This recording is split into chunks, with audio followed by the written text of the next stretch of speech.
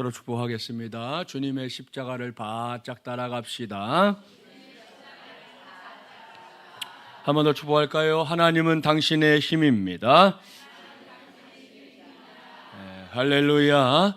오늘은 제22차 특세 16번째 시간입니다. 오늘은 내 인생을 비극이 아닌 승리로 이끄소서라는 제목으로 하나님의 말씀을 전하도록 하겠습니다. 사랑하는 새벽용사 여러분, 오늘도 하나님께서 우리 모두에게 이렇게 새날을 주셨습니다. 그러니 오늘도 감사함으로 모든 영광 하나님께 돌리며 하루를 시작하는 우리 모두가 되기를 주님의 이름으로 축복합니다. 자, 이렇게 하루 또 하루가 쌓여가면서 자연스럽게 만들어지는 게 뭔지 다들 아시죠? 그게 인생입니다. 그리고 인생에는 나름대로 사람들이 정리해 놓은 수많은 정의가 있습니다. 인류의 역사만큼 많은 사람들이 인생에 대한 이야기들을 많이 했기 때문에 많은 정의들이 있어요. 제가 이 시간에 사람들이 말하는 인생이 뭔지 그 정의와 함께 또 그럼 이런 인생에는 어떻게 살아가야 되는가, 그 사는 방법을 이제 쭉 나열해 드릴 거니까 여러분이 이게 맞는 말인지 아닌지 한번 살펴봐 주기를 바랍니다. 자, 제일 먼저 인생이란 도전이다. 도전이다. 그런 거 있죠? 그 도전하는 인생은 어떻게 될까요? 응하라. 도전에는 응해야지 도망가면 안 됩니다. 자, 인생은 선물이다. 선물을 어떻게 해야 돼요? 받아야죠. 받아야지. 인생은 모험이다. 어떻게 하면 될까요? 감행하라. 모험은 감행하는 거예요. 인생은 슬픕니다. 그럴 경우 있죠. 그럴 때는 극복하라. 인생은 비극이다. 그런 경우도 있어요. 그 비극에는 어떻게 하면 좋을까요? 맞서라. 인생은 의무다. 수행해라. 의무니까 수행해야죠. 또 인생은 경기다. 성경에도 나옵니다. 경기에 비유하는 거. 경기는 치러야 됩니다. 자, 인생은 신비다. 그렇게 말할 수도 있어요. 그 인생의 신비는 벗겨야 되겠죠. 그래야 그 속에 뭐가 있는지 알 수 있지 않겠습니까? 자, 인생은 노래다. 노래는 어떻게 할 거예요? 불러야지. 인생의 노래는 부르세요. 자, 인생은 기회다. 기회는 어떻게 해요? 잡아야지. 자, 인생은 여행이다 라고 말하는 사람도 있어요. 여행은 끝 맞춰야 되겠죠. 중간에 이렇게 돌아가면 안 돼요. 자, 인생은 약속이다. 약속은 이행하라. 자, 인생은 아름다움이다 말할 수 있어요. 이거는 찬양하라. 인생은 투쟁이다. 투쟁은 어떻게 되겠어요? 싸워야겠죠. 인생은 목표다. 목표는 성취해야 되는 거고요. 마지막, 인생은 퍼즐이다. 퍼즐은 어떻게 되겠어요? 잘 풀어야지요. 잘 풀어내야 되는 겁니다. 자, 어떻습니까? 대부분 고개를 끄덕이게 되는 정의들인데요. 하나님을 나의 아버지로, 예수 그리스도를 나의 구세주로 믿고 섬기는 우리는, 자, 여기 많은 정의가 나와 있지만 여기서 그치면 안 됩니다. 우리는 이 모든 걸 총괄하는, 그야말로 이 모든 걸 포함하는 인생의 정의를 좀 따로 붙잡고 살아야 할 줄 믿습니다. 자, 그렇다면 그런 의미를 담고 있는 인생의 정의, 그건 뭘까요? 잘 들어주세요. 그리고 깨달아지는 게 있다면 꼭 저도 여러분도 그렇게 살기를 바랍니다. 하나님의 사람이요, 하나님의 자녀된 우리에게 인생이란 무엇인가? 인생은 하나님의 선물인 줄 믿습니다. 할렐루야. 너무 빨리 넘어가네. 천천히 가도 되는데. 그렇죠? 자, 하나님의 선물이 우리 인생을 제대로 사는 방법, 그게 바로 복되게 살아라, 이것인 줄 믿습니다. 한 번 더 할렐루야. 이 동화 작가 패트릭 맥도넬의 모든 게 선물이야 라는 그림책이 있습니다. 그림책이라고 하니까 그건 애들이나 보는 거지 그럴 수 있는데, 요즘은 어른들이 보는 그림책들도 간간히 나옵니다. 이건 어른들도 봐야 될 책인데요. 내용을 보면 주인공인 고양이 무치가 친구인 강아지 얼에게 특별한 선물을 하고 싶어 합니다. 원래 고양이하고 강아지가 별로 사이가 안 좋다는데 얘네들은 사이가 좋아요. 그래갖고 친구에게 선물하고 싶어 하는 거예요. 하지만 얼은 장난감, 침대, 밥그릇 등등 필요한 모든 걸 이미 다 가지고 있는 거예요. 그래서 이 무치가 그야말로 무진장 고민하게 됩니다. 이걸 해줄까 했더니 있고, 저걸 해줄까 하니까 그것도 있고, 다 있으니까 얘가 고민을 많이 했겠죠. 그래서 무치는 고민 끝에 커다란 상자를 준비했는데, 빈 상자를 준비한 후에 정성스럽게 포장을 해가지고는 그걸 가져갑니다. 그리고 그걸 선물했는데요. 상자를 이렇게 딱 열어본 당황했을까요? 안 당황했을까요? 당황했습니다. 빈 상자니까. 그래서 내뱉은 한마디, 아무것도 없는데? 그때 무치가 곧바로 그 말을 받아서 대답합니다. 맞아. 이건 오직 너와 나, 우리 둘뿐이라는 뜻이야. 그러면서 상자의 의미를 설명해 줍니다. 여러분, 자, 이게 빈 상자일까요? 멋진 선물일까요? 제 생각에는 멋진 선물에 해당한다 생각해요. 그렇습니다. 결코 길지 않은 이야기지만 여기서 가장 귀한 선물은 물질이 아니라 함께하는 존재 그 자체다. 이걸 알게 됩니다. 그걸 생각해 보면 사실 지금 이 시간에도 우리가 많은 선물을 받고 있는 거예요. 왜? 내 옆에 앉아있는 새벽용사, 그 사람이 내게 아주 큰 선물이기 때문입니다. 결코 잊지 마십시오. 바로 그 사람이 지금 이 시간에 내 옆에 있다는 거. 여러분, 24시간 그 많은 시간 중에서 이 시간에 지금 그 사람이 내 옆에 있다는 거. 그리고 그 사람이 그저 있는 거 정도가 아니죠. 함께 기도하고 있다는 거. 그거야말로 하나님이 내게 주신 선물 중에 선물인 줄 믿습니다. 할렐루야. 그걸 생각하면서 한 번 더 축복하겠습니다. 근데 그냥 축복하면 안 되고 경기라는 거 아시죠? 좀 놀라듯이 축복해야 됩니다. 자, 축복하겠습니다. 깜짝 놀랐습니다. 별로 안 놀랐는데 그 정도로 하면 안 되고 더 놀라야 돼요. 자, 다시 합시다. 깜짝 놀랐습니다. 한 번 더 축복합니다. 당신은 하나님의 선물입니다. 할렐루야. 자, 이건 김진철 목사의 립 서비스가 아니에요. 이건 하나님의 말씀인 성경도 우리에게 자주 그리고 아주 정확하게 가르쳐주는 사실입니다. 구약성경 전도서 3장 13절 말씀 자막에 나옵니다. 함께 봉독해 봅시다. 사람마다 먹고 마시는 것과 수고함으로 낙을 누리는 그것이 하나님의 선물인 줄도 또한 알았도다. 아멘. 자, 조금 전에 제가 우리 인생을 두고 하나님의 선물이다 이렇게 말씀드렸는데요. 이 말씀 보니까 틀림없죠. 제가 무슨 공상과학을 발휘해서 만들어낸 말이 아닌 거예요. 이 말씀에 따르면 삶의 모든 평범한 순간도, 기쁨과 슬픔도, 성공과 실패도 모두 하나님이 허락하신 아름다운 선물이다 그랬습니다. 그러니 때를 따라 펼쳐지는 인생의 모든 계절이 있죠. 여름, 우리가 요즘 계절이 벌써 금방 여름이 온다는 것 같아요.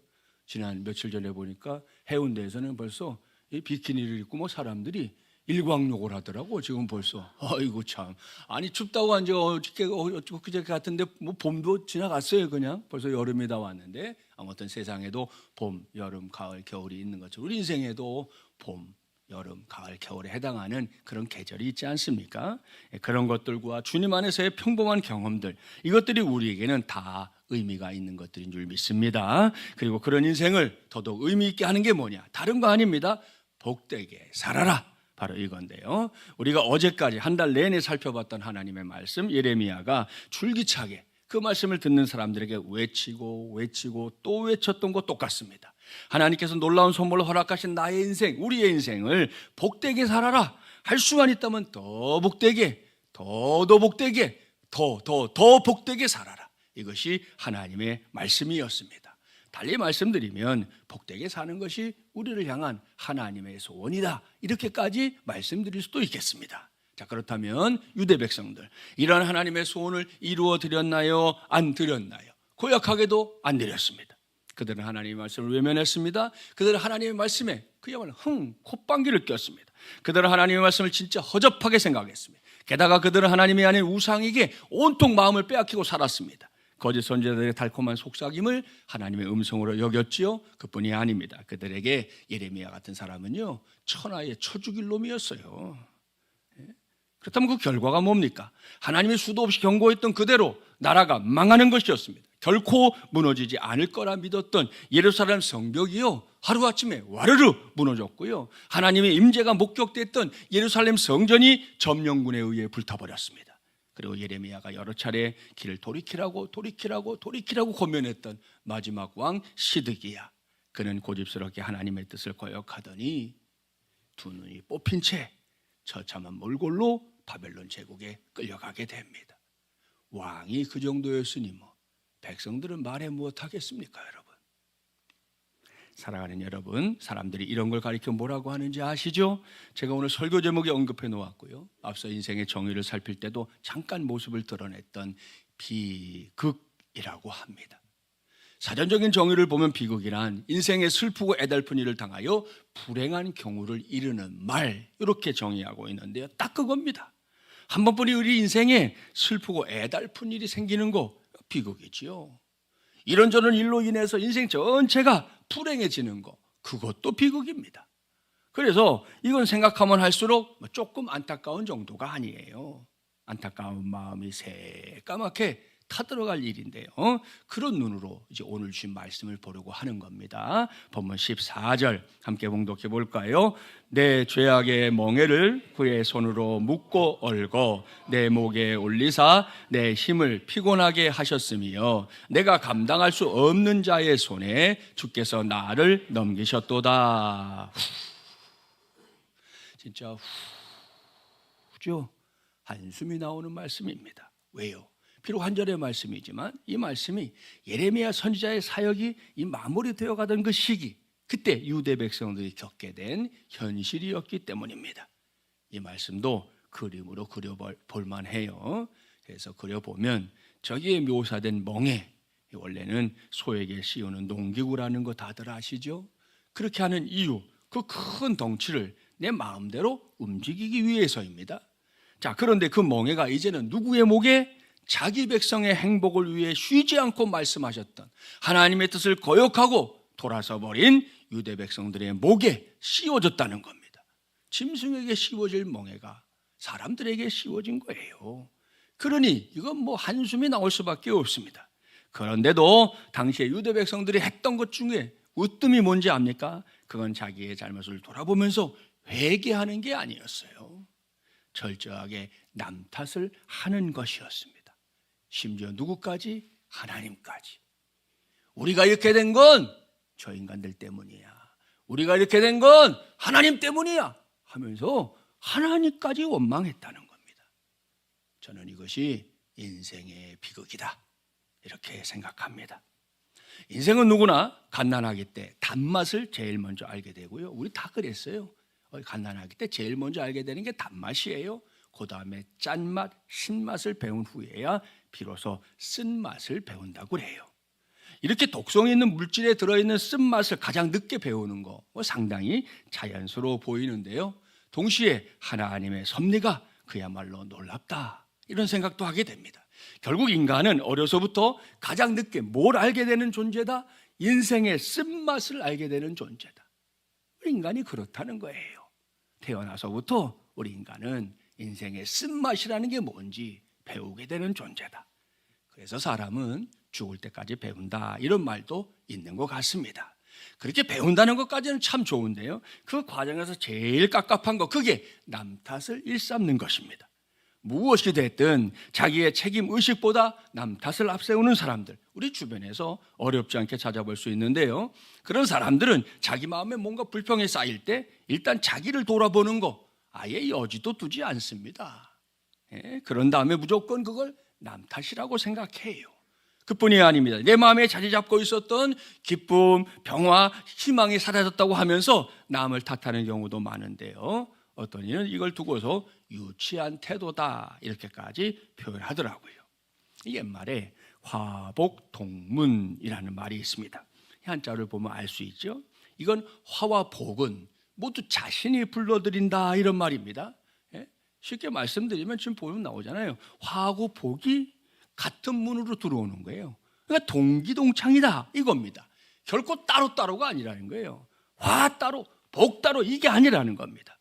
그렇습니다. 아주 잠깐만 그것도 곰곰이 생각해 보십시오. 정말 내게 일어난 일들, 문제들이 다른 사람들 때문입니까? 물론 뭐 그런 것도 아예 없는 건 아닐 거예요. 그런데 진지하게 나를 살펴보십시오. 조금만 냉정하게 살펴보십시오. 생각보다 많은 것이 남 탓할 게 아니라는 거 알게 됩니다. 솔직하게 말해서 내게 쌓이는 불평과 불만, 그것의 대부분은 내 속에 사랑이 없기 때문이라는 걸 발견하기 때문이에요.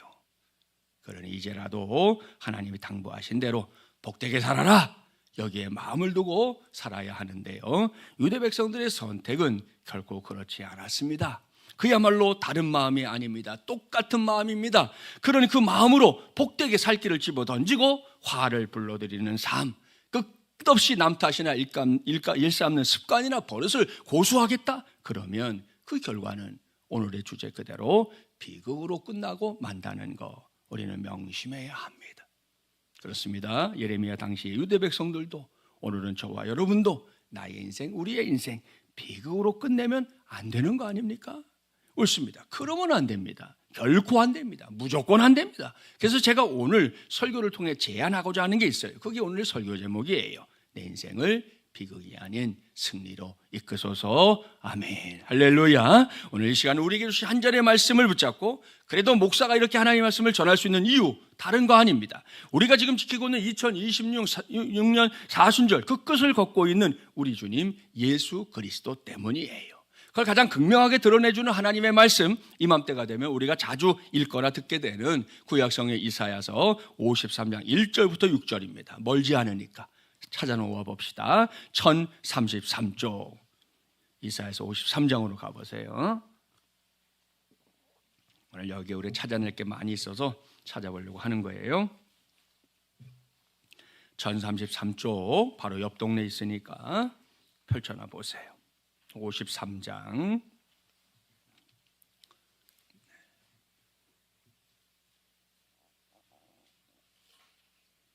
1절부터 6절을 우리가 이제 먼저 한 절씩 교독할 거니까 관심을 가지시고 우리 한 절씩 교독하면 좋겠습니다. 53장이에요. 1절부터 6절. 1절 제가 먼저 읽습니다. 우리가 전하는 것을 누가 믿었느냐? 여호와의 팔이 누구에게 나타났느냐?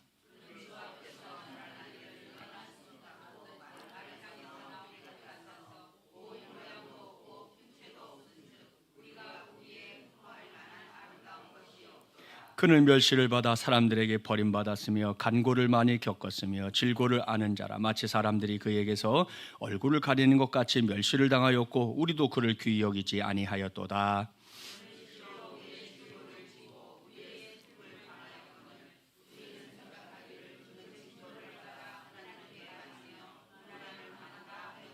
그가 찔림은 우리의 허물 때문이요 그가 상함은 우리의 죄악 때문이라. 그가 징계를 받음으로 우리는 평화를 누리고 그가 채찍에 맞음으로 우리는 나음을 받았도다.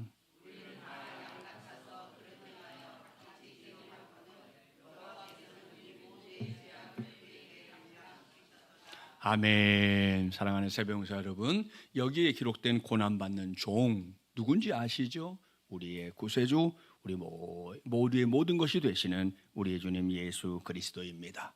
그리고 이 말씀 안에는 우리가 어렵지 않게 찾아볼 수 있는 인생의 비극들이 있습니다.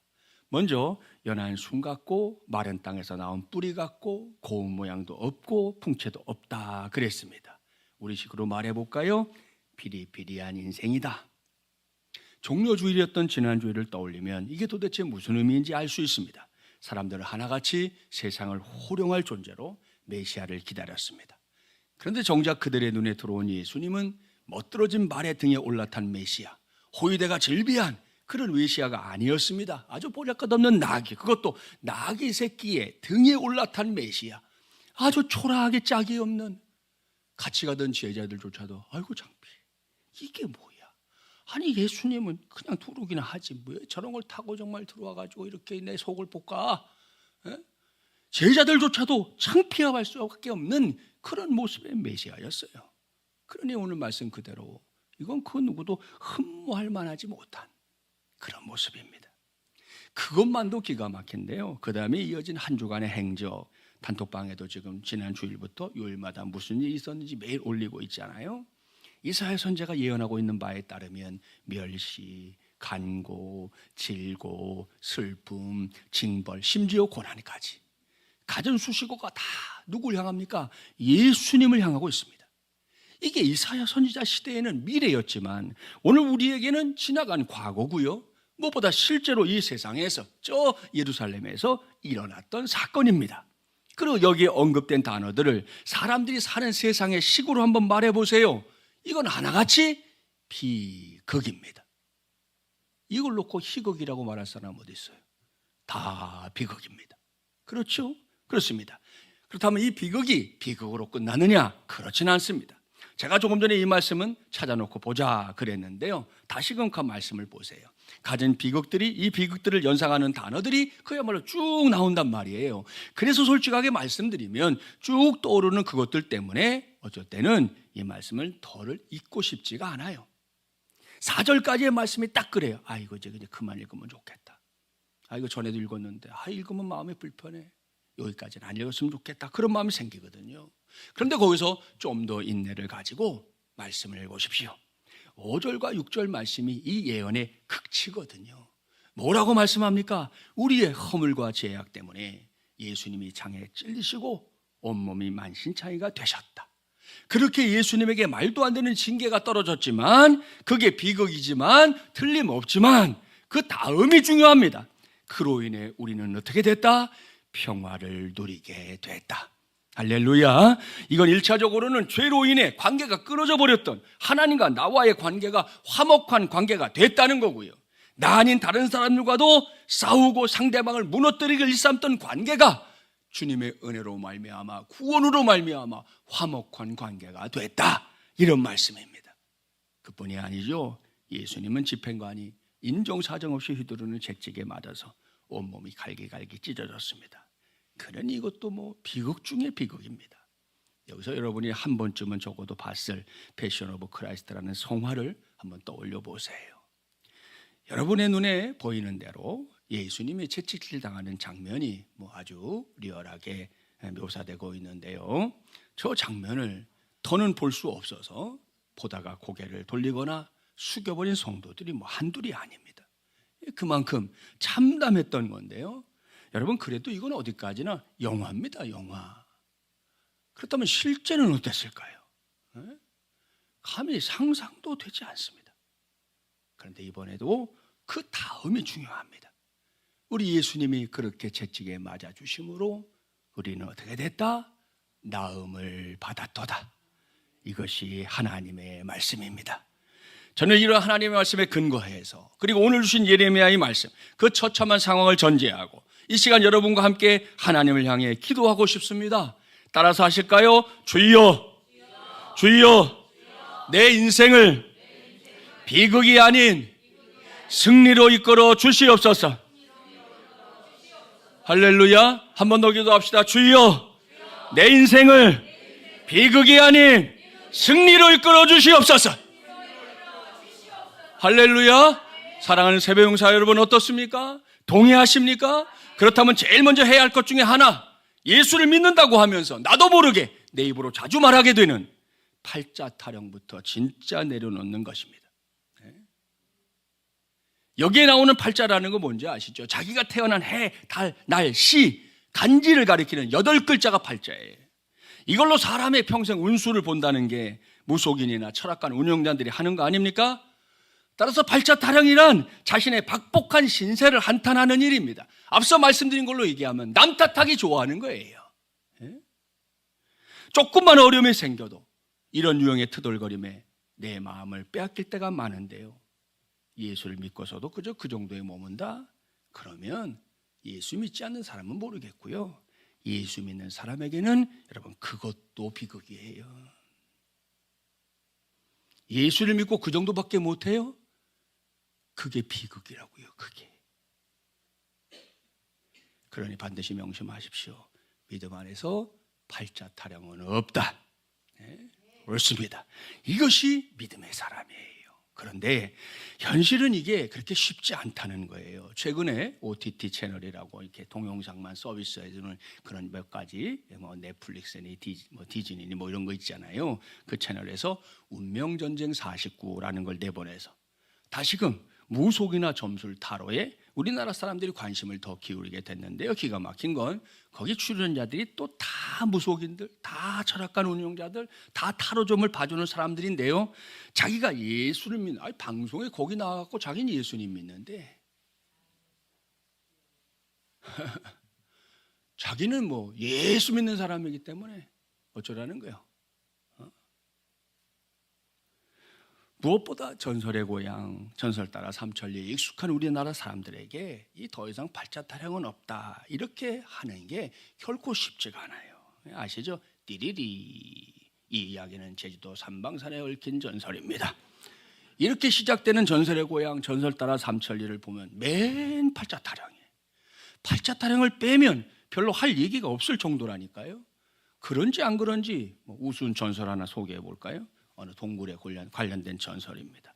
그 동굴 속에 물을 마시면 영원히 죽지 않는다 하는 전설이 있었습니다. 하지만 동굴 안에서 들어가 가지고 한마디라도 하면 그 자리에서 죽는다는 전설도 함께 전해져 내려오는 그런 동굴이라는 거예요. 어느 날 삼형제가 영생을 꿈꾸며 동굴 안에 들어갔어요. 큰형이 동생들을 보면서 염려스러우니까 말한 거예요. 얘들아, 여기서 말하지 마. 죽었어요. 말하지 말아도 말을 했잖아. 그래서 둘째가 거봐, 말하면 죽는다고 했잖아. 지도 죽었어요. 이어서 셋째, 크크크, 나는 말 안 했지롱. 지도 죽었어요. 동굴에 다녀온다고 집을 나선 삼형제가 돌아오지 않으니까 동네 사람들이 삼형제를 찾아서 동굴로 다 몰려왔어요. 그곳에서 삼형제가 죽어 있는 걸 본 면장님, 주민들을 다 모아놓고 주의를 준 거죠. 여러분, 여기서 말하면 죽습니다. 지도 죽었어요. 동네 사람들이 물으니까 어떻게 했겠어요? 네, 다 죽었어요. 참 정도의 차이는 있지만 전설의 고향, 전설 따라 삼천리 대부분이 이렇게 황당한 이야기들입니다. 우리 기억에 남아있는 것 중에 그거잖아요. 내 다리 내놔 어쩌라는 건데. 그걸 보겠다고요 길거리에 차가 안 다녔어요. 그걸 보겠다고 사람들이 다 TV 불황군 앞에 모였던 시절이 있었어요. 그게 우리 대한민국의 현실이었어요, 그 당시에. 참 황당하지만 그런데도 그 영향력이 대단합니다. 심지어 믿음을 가진 사람들에게도 그 효력을 발휘하고 있으니 이건 안타까운 일이고요. 그 틈새에서 돈 버는 상술도 상당합니다. 대표적인 게 한때 기독교 서적으로 알려졌던 메릴린 하키의 가게에 흐르는 저주를 끊어라인데요. 제가 한참 전에 이 책은 우리 기독교 출판계에 있어서 최악의 책이다. 대한민국 출판계에서 가장 최악의 책을 꼽으라 그러면 저 읽고 마요. 말도 안 되는 책을 예수님의 이름으로 발행해가지고 수도 없이 팔아먹고 전국에 있는 사람들이 다 읽고 심지어 신학대학에서 벽에다가 이달의 추천도서에 써붙여놓고 별짓을 다 했어요. 별짓을 다 했어요. 자, 그런 종류의 책을 읽었든 안 읽었든 간에 우리 모두는 기억해야 합니다. 여러분, 성도의 가게에 무슨 저주가 흐릅니까? 설사 그런 일이 있었다고 한들 예수 그리스도의 보혈의 능력을 믿고 의지하는 그 순간부터 더 이상 문제가 되지 않을 줄 믿습니다. 조금 전에 우리 눈으로 직접 이사야서에서 확인했잖아요. 원래는 억만 죄악으로 지옥 형벌에 떨어져서 영벌의 길을 걸어야 했던 우리입니다. 그러니 이건 비극이 맞아요. 그렇게 우리 인생이 쫑나는 거라면 혹 팔자 타령으로라도 위로를 받고자 할 수 있겠지요. 그런데 성경은 거기가 끝이 아니라고 말하잖아요. 그런 과정은 있을 수 있지만 그게 끝은 아니다. 그런 우리에게 평화를 주신 분이 있다는 겁니다. 그런 우리의 죄를 대신해서 참담한 채찍질까지 당해가며 우리에게 나음을 주신 분이 있다는 겁니다. 그런 우리의 죄를 다 짊어지고 그저 저 높은 골고다 언덕 위에서 못 박혀 죽어갔던 그런 분이 계시다는 거잖아요. 그분이 바로 우리의 주님 예수 그리스도입니다. 할렐루야. 자, 그렇다면 우리 주님 예수 그리스도의 보혈, 그 능력이 그 정도밖에 되지 않습니까?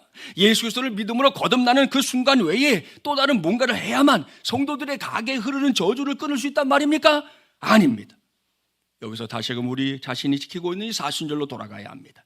그리고 명심하십시오. 언제고 어느 때고 주님의 보혈로 충분합니다. 우리의 삶 전체를 걸고 하는 말씀입니다. 언제고 어느 때고 주님의 보혈이면 충분해요. 다른 그 무엇이 더 보태져야 하는 것 결코 아닙니다. 우리가 예수 그리스도를 나의 주, 나의 하나님으로 인정하고 믿고 고백하는 그 순간부터 우리의 믿음은 그냥 믿음이 아니에요.